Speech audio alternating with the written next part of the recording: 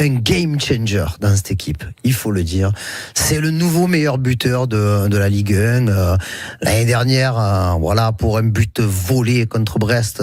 Un pénalty manqué sur Et un la pénalty dernière manqué. journée. Non, mais bon, le but qu'ils ont donné à Chardonnay, il était pour lui. Hein. Mason Greenwood, donc 10 buts en 12 matchs, parce qu'il y a eu 13 journées, mais on n'oublie pas que à Auxerre, il est allé juste voir quel temps il faisait. Et donc, pour le coup, là, on a quand même un petit peu plus de certitude dans le championnat, c'est super. Au moment de retrouver une équipe anglaise pour la première fois depuis son départ d'Angleterre, on espère que voilà. Mais Mason Greenwood, c'est aujourd'hui, je parle le facteur X, et ça va dans le sens que tu expliquais la semaine dernière quand tu disais quel était le top 1 contre Geronimo Rulli, le français. Eh bien, toi, tu disais que c'était Mason Greenwood. Et oui, et tu me le lèveras pas de la tête, parce qu'on sait ce qu'il vaut.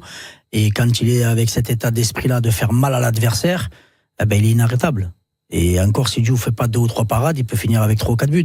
Donc, il est tout simplement au-dessus de la moyenne. Je pense que c'est pas extrapolé de dire à l'heure où on parle qu'il est le meilleur joueur ou un des 2 meilleurs joueurs de ce championnat-là.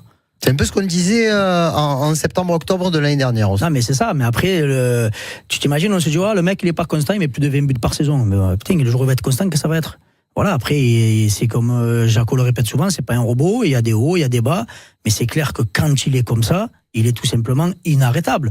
Et quand tu as un Peshao qui fait aussi les efforts, quand tu as un Aubameyang qui est décisif aussi, eh ben, tu finis avec 5 buts et potentiellement avec 8, 9, 10 grosses occasions dans un match, dans un gros match de championnat.